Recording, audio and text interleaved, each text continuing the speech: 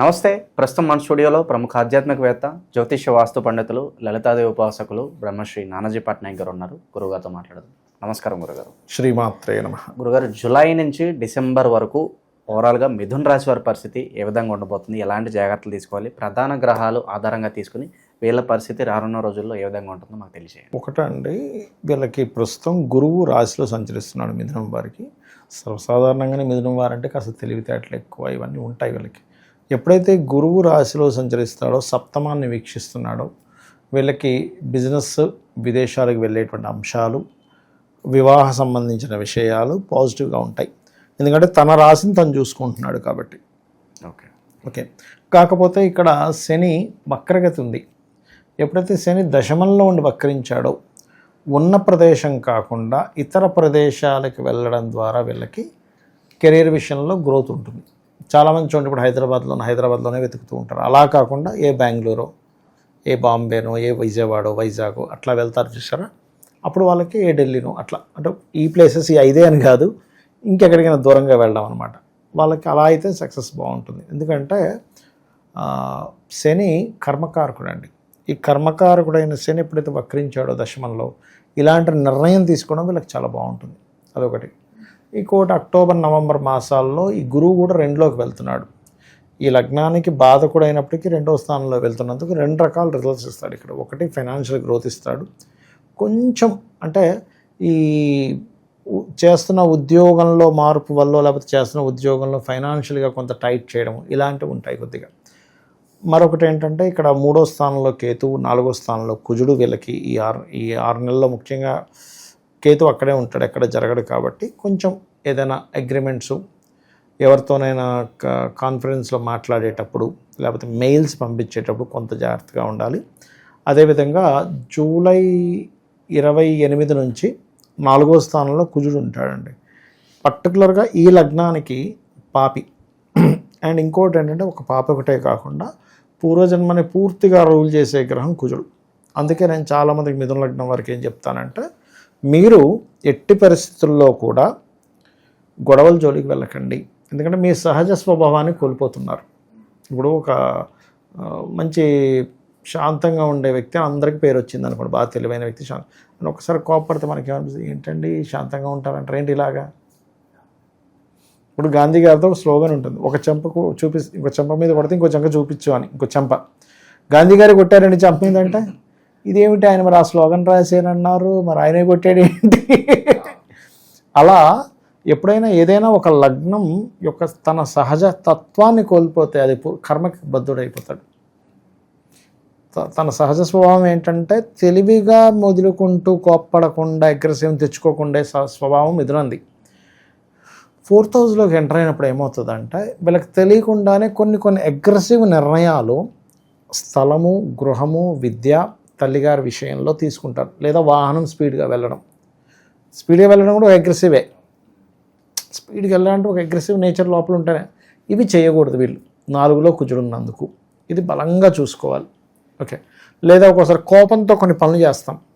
ఎట్లాగా, వాడు ఎవడో కడుతున్నాడు, సరే నేను నా ప్రతాపం చూపిస్తాను, ఇల్లు ప్రారంభిస్తాను డబ్బులు లేకుండా. అంటే గృహవాహన వస్తు సంబంధించిన ప్రాపర్టీ సంబంధించిన విషయంలో పోటీపడి తొందరపాటు నిర్ణయాలు, ఎందుకంటే 6th లార్డ్ ఈజ్ పోటీకి కారకుడు, ఇటువంటివి చేయకూడదు అనేది చాలా స్పష్టంగా చూపిస్తుంది. ఓకే. మరి జూలై 28 తర్వాత ఒక 1.5 పాటు కన్యలో ఉంటాడని చెప్పుకున్నాం. దాని తర్వాత కుజుడు పంచమంలోకి వెళ్తాడు. అప్పుడు ఏంటంటే ఆ 1.5 అంటే ఆల్మోస్ట్ జూలై 28 నుంచి 1.5 అంటే almost July, August and September 15th వరకు అనుకోండి. ఆల్మోస్ట్ సెప్టెంబర్ 15th తర్వాత ఒక 1.5 month మళ్ళీ 12లో ఉంటాడు. 4th హౌస్లో, 5th హౌస్లో ఉంటాడు. 5th హౌస్ అంటే షేర్ మార్కెట్, ఫ్రెండ్స్కి అప్పు ఇవ్వడము. ఓకే. ప్రేమ వ్యవహారాల మూలంగా కొంతవరకు ఘర్షణ ఏర్పడము ఈ స్థానంగా చెప్తూ ఉంటారు. కాబట్టి ఈ యొక్క విషయాల్లో వీరు ఆ నెక్స్ట్ 1.5 month ఈ జాగ్రత్తలు తీసుకోవాలి ప్రధానంగా. అయితే 9వ స్థానంలో రాహు సంచారం వీళ్ళకి తిరుగుతుంది ఉంది కాబట్టి పితృకర్మలు ఎక్కువగా పాటిస్తుండాలి ఇక్కడ. వీళ్ళు ఎంత పితృదేవతారాధన చేస్తే వీళ్ళకంత కలిసి వస్తుందండి. ఎప్పుడైనా ఎనీ టైం, ఎనీ లగ్న, ఎనీ రాశి 9లో రాహు ఎంటర్ అయ్యాడు, పితృదేవతల ఆరాధన చేసుకోవాలి. అప్పుడు ఏంటంటే దేవతల కంటే పితృదేవతలకు ఎక్కువగా ఎనర్జీ ఉంటుంది మనకి చేయడానికి. దేవతలకు ఎనర్జీ ఉండదని కాదు, వాళ్ళు ఎక్కువ దగ్గరగా ఉంటారు. ఇప్పుడు చలికాలం ఉందండి, చల్లదనం ఎక్కువగా ఉంటుంది. అలానే ఎండాకాలం ఎండ మంచిదని కాదు అక్కడ అర్థం. చలి మనకు దగ్గరగా ఉంది, ఆ ఎనర్జీ మనం తీసుకోవాలి అలా అనమాట. అది వివాహ ప్రయత్నాలు చేసుకునే వాళ్ళకి ఏ నెల బాగా అనుకూలంగా ఉంటుంది? ఇప్పుడు ఒకటేంటంటే అక్టోబర్ నవంబర్ మాసాల్లో గురువు కాస్త 2లోకి వెళ్తాడు. మిగతా అక్టోబర్ నవంబర్ వదిలిపెట్టి మిగతా సమయం అంతా ఈ 6 నెలలు కూడా అనుకూలతే ఉంటుందని చెప్పుకోవచ్చు. ఎందుకంటే సప్తమం మీద గురు దృష్టి ఉంది.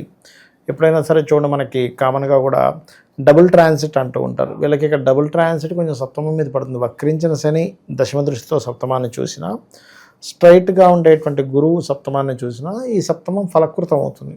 సో వీళ్ళకి ఈ 6 నెలలు కూడా అనుకూలంగానే ఉంది, ఎక్సెప్ట్ అక్టోబర్ నవంబర్ మాసాలు తప్పితే.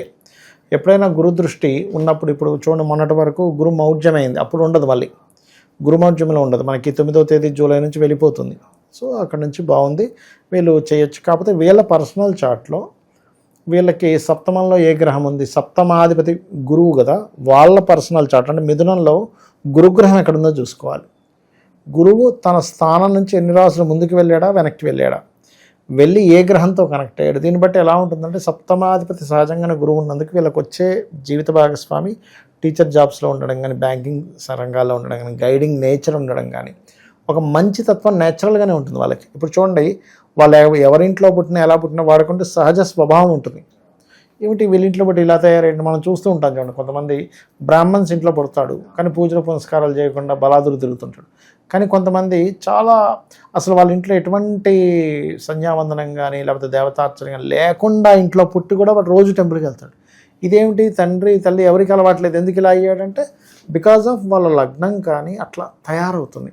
అలాగే సహజంగా మిథునం వారికి ఏంటంటే వచ్చే జీవిత భాగస్వామి కొంత గైడింగ్ నేచర్ ఖచ్చితంగా ఉంటుందండి. కొంచెం చదువుకున్న అమ్మాయి ఉంటుంది, కొంత మెచ్యూరిటీ లెవెల్స్ కొంచెం బాగుంటాయి మిథునం వారికి వచ్చేటువంటి జీవిత భాగస్వామి. ఇక వచ్చే రాబోయే 6 నెలలు కూడా ఎలాంటి పరిహారాలు దైవారాధన వీళ్ళు ఎంచుకుంటే బాగుంటుందంట? ఒకటేనండి, వీళ్ళకి ఒకటి రెగ్యులర్గా వీళ్ళు చేయాల్సింది జీవితాంతం అయితే లలిత అమ్మవారిది, ఇంకా అందులో డౌట్ ఏం లేదు. కాకపోతే మనం ఇక్కడ దశమ స్థానము 3rd హౌస్ కొంచెం పాపగ్రహాలు ఉన్నాయి వీరికి.